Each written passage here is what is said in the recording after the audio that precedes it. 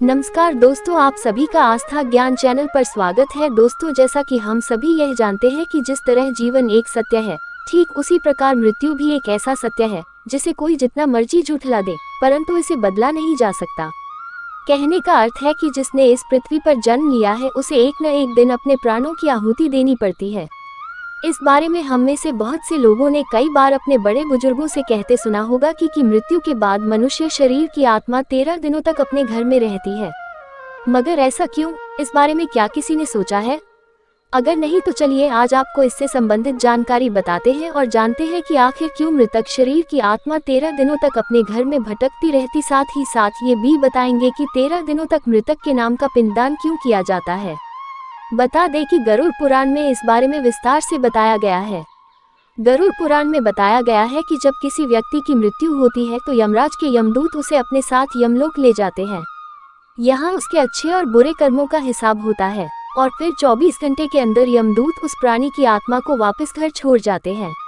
यमदूत के द्वारा आत्मा को वापस छोड़ जाने के बाद मृतक की आत्मा अपने परिजनों के बीच भटकती रहती है और अपने परिजनों को पुकारती रहती है, लेकिन उसकी आवाज को कोई नहीं सुन पाता। ये देखकर मृत व्यक्ति की आत्मा बेचैन हो जाती है और जोर जोर से चिल्लाने लगती है। इसके बाद आत्मा अपने शरीर के अंदर प्रवेश करने की कोशिश करती है, लेकिन यमदूत के पास बंदिश होने के कारण वो मृत शरीर में प्रवेश नहीं कर पाती। इसके अलावा गरुड़ पुराण की माने तो जब यमदूत आत्मा को उसके परिजनों के पास छोड़ जाती है तो उस समय उस आत्मा में इतना बल नहीं होता कि वो यमलोक की यात्रा तय कर पाए। गरुड़ पुराण के अनुसार किसी भी मनुष्य के मृत्यु के बाद जो 10 दिनों तक किया जाता है उससे मृतक आत्मा के विभिन्न अंगों की रचना होती है, और जो 11वें और 12वें दिन पिंडदान किया जाता है उससे मृतक आत्मा रूपी शरीर का मांस और त्वचा का निर्माण होता है, और जब 13वें दिन 13वीं की जाती है तो उस दिन मृतक के नाम का पिंडदान किया जाता है। उसी से ही वो यमलोक तक की यात्रा तय करते हैं, अर्थात मृत्यु के बाद मृतक के नाम का जो पिंडदान किया जाता है उसी से ही आत्मा को मृत लोक से यमलोक तक यात्रा करने का बल मिलता है। इसलिए ही गरुड़ पुराण में बताया गया है जब किसी मनुष्य की मृत्यु हो जाती है तो उसकी आत्मा 13 दिनों तक अपने परिजनों के पास घर में भटकती रहती है और उसके बाद आत्मा मृत लोक से यमलोक की ओर निकल पड़ती है, जिसे पूरा करने के लिए उसे 12 महीने यानी कि 1 साल का वक्त लगता है। इतना ही नहीं, मान्यता के अनुसार 13 दिनों तक मृतक के नाम का किया गया पिंडदान उसके 1 वर्ष के भोजन के समान होता है।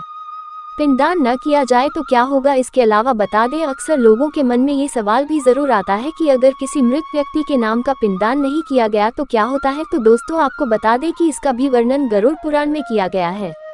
जी हाँ, जिस मृतक व्यक्ति का पिंडदान नहीं किया जाता, यमदूत उसे 13वें दिन जबरदस्ती घसीटे हुए यमलोक की ओर ले जाते हैं और मृतक व्यक्ति की आत्मा को इस दौरान काफी कष्ट उठाना पड़ता है। इसलिए हिंदू धर्म में मनुष्य की मृत्यु के बाद 13 दिनों तक पिंडदान करना आवश्यक माना गया है। इसके अलावा आपको बता दें कि 13वें दिन परिजनों के द्वारा मृतक व्यक्ति के नाम का जो भोज करवाया जाता है, अगर वो कर्ज लेकर किया जाए तो मृत व्यक्ति की आत्मा को शांति नहीं मिलती। इतना ही नहीं, गरुड़ पुराण में ये भी बताया गया कि जो व्यक्ति जीवित रहते हुए अच्छे कर्म करता है, मृत्यु के बाद उसकी आत्मा को यात्रा के दौरान यमदूत कोई कष्ट नहीं देते, और जो व्यक्ति बुरे कर्म करते हैं उसकी आत्मा को यमदूत यात्रा के दौरान कई यातनाएं देता है। दोस्तों, आप सभी को वीडियो अच्छी लगी हो तो वीडियो को लाइक, शेयर करें और चैनल को सब्सक्राइब करें। धन्यवाद।